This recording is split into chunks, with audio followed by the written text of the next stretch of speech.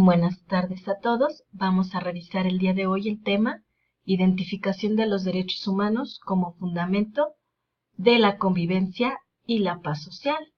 Vamos a revisar a continuación el mapa de este tema. Para comenzar con este tema, pudiéramos decir y acotar lo siguiente. Los derechos humanos son principios generales y abstractos que contienen las siguientes características: imprescriptibles porque jamás terminan, no tienen un término de caducidad, los tenemos durante toda nuestra vida y existencia. Irreversibles, nadie puede quitarnos estos derechos humanos por cualquier situación. Son inalienables, estos derechos no los podemos cambiar. Indivisibles, no se pueden dividir, quiero este derecho sí y este no. Inviolables, nadie tiene el derecho de transgredir tus derechos humanos. Obligatorios, todos debemos de respetar los derechos de cada persona. Progresivos, como la sociedad lo indica, la sociedad va evolucionando. A partir de eso podemos decir que los derechos humanos van actualizándose respecto a su entorno. Y son innatos. Los derechos humanos son innatos porque los tenemos desde que nacemos. Nosotros no les pedimos, nosotros los realizamos, ¿correcto? ¿Qué buscan? Proteger. Buscan proteger bienestar, armonía, paz, igualdad en derechos y dignidad. ¿A quiénes? A todos en derechos, que es igual a facultades, y deberes, que es igual a obligaciones, sin importar nacionalidad, tradiciones, creencias, religión. Como concepto de derechos humanos podemos determinar que son el conjunto de prerrogativas inherentes a la naturaleza de la persona, cuya realización efectiva resulta indispensable para el desarrollo integral del individuo, que vive en una sociedad jurídicamente organizada. Estos derechos establecidos en la Constitución y en las leyes deben de ser reconocidos y garantizados por el Estado. Vamos a verificar este concepto. Es el conjunto de prerrogativas inherentes, es el conjunto de disposiciones que la persona tiene por el hecho de existir y son indispensables para el desarrollo integral del individuo que vive en una sociedad jurídicamente organizada. Estos derechos establecidos en la Constitución y en las leyes deben de ser reconocidos y garantizados por el Estado. Las características de los derechos humanos, como lo habíamos comentado, inherentes o innatos, que los tenemos desde el momento en el que nacemos. Universales, son prácticamente, pues son para todas las personas que existen, sean de la raza que sean jóvenes, adultos, sean personas en edad media, todos contamos con estos derechos. Intransferibles e inalienables, no podemos intercambiar nuestros derechos humanos por alguna cuestión, algún intercambio que nosotros queramos hacer, no se puede realizar. Son inviolables, nadie puede transgredir nuestros derechos. Se deben de respetar tal cual están escritos en la Carta Magna. Son indivisibles, no podemos dividir los derechos a nuestra conveniencia. Ahora queremos el derecho a ser libres, ahora no lo queremos. No, estos derechos vienen en su conjunto y son para todas las personas. Otra característica: cumulativos, imprescriptibles o irreversibles. No caducan, es el término de imprescriptible. No podemos decir ahora sí lo quiero, ahora ya no. Y no podemos ir acumulando, o sea, no podemos, lo que no se encuentre y lo que no esté determinado por organizaciones mundiales, no podemos nosotros inventarnos derechos humanos. Están escritos y esos son los que debemos de respetar. Son obligatorios y si no los respetan, la persona que no los respete tiene una sanción. trascienden las fronteras nacionales. No porque yo viajé a Japón van a violar estos derechos, se encuentran y son para todo el mundo y todas las personas nos encontremos en el lugar, país donde nos encontremos. Vamos a ver una reflexión de Mafalda en la cual dice, y estos derechos a respetarlos, no vaya a pasar como con los 10 mandamientos, que a veces los respetamos y a veces no. Tenemos clasificaciones de los derechos humanos. Primera generación, segunda generación, tercera generación, cuarta y quinta. Estas generaciones surgen a partir de la evolución de la sociedad.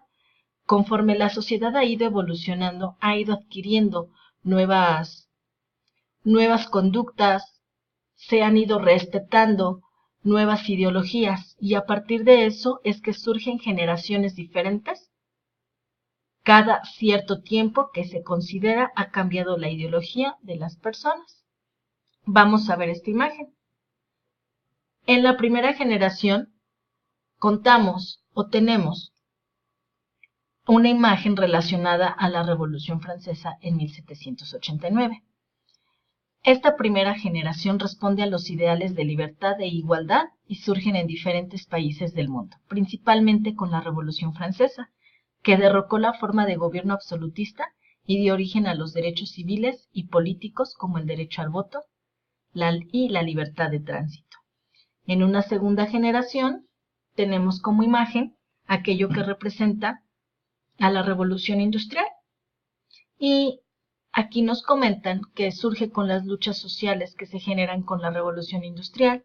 En México, estos derechos se concretaron en la Constitución de 1917 como garantías sociales.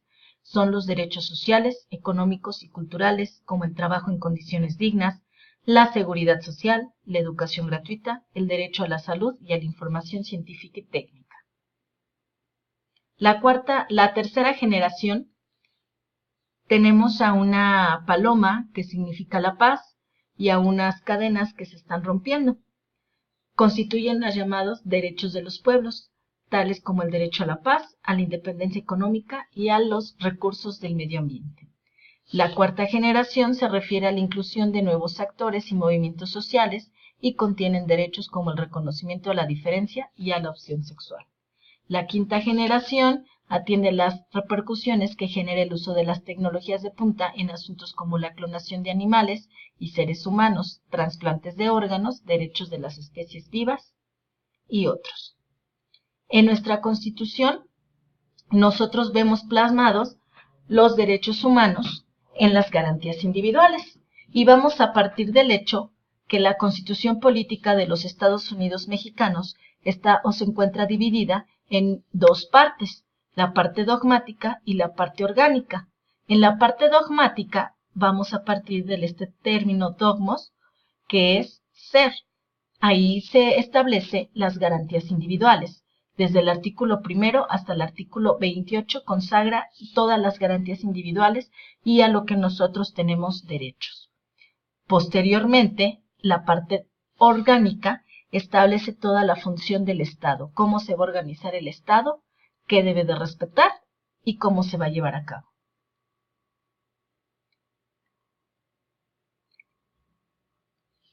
En nuestro país hay mecanismos nacionales de protección a los derechos humanos. Contamos con mecanismos jurisdiccionales, mecanismos no jurisdiccionales y vinculación con la sociedad civil. Como mecanismo jurisdiccional contamos con el juicio de amparo. El juicio de amparo es aquel procedimiento que nosotros comenzamos cuando creemos que ha sido violada alguna garantía individual por alguna institución. En el momento en el que si yo interpongo alguna demanda, alguna denuncia en contra de alguna persona y la resolución de algún tribunal o algún órgano jurisdiccional sale en mi contra y yo considero que esa sentencia que se está interponiendo está vulnerando mis garantías individuales, yo voy a interponer un juicio de amparo.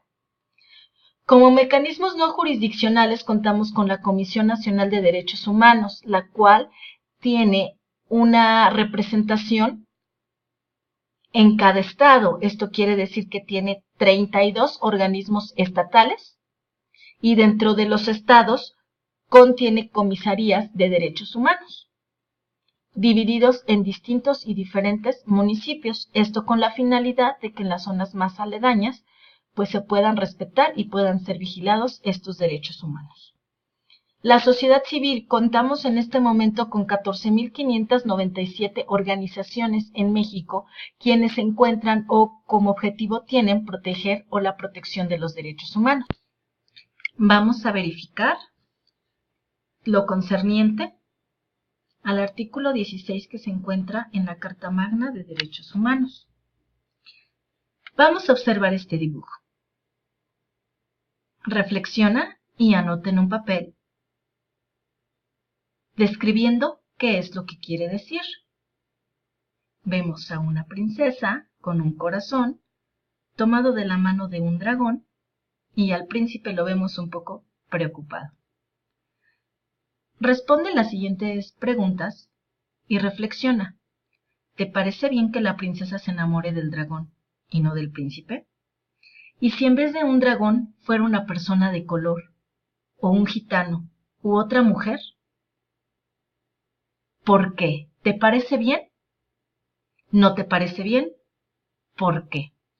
Sin embargo, en los cuentos de hadas, las princesas siempre se casan con el caballero que mata al dragón. ¿Tiene la obligación de casarse con el caballero o puede la princesa casarse con quien ella quiera? Explica la distinción entre obligación y derecho. Muchas veces lo que nosotros tomamos como costumbre posiblemente no esté muy apegado a los derechos humanos con lo que nosotros contamos. Por eso, en la situación en la que tú te encuentres, siempre, todos y cada una de las personas a nuestro alrededor tienen la obligación de respetar nuestros derechos humanos, sin distinción de raza, sexo o edad. En este caso, si la princesa quiere quedarse con el dragón, finalmente los derechos humanos la respaldan. La decisión de elección la tienes tú. Gracias.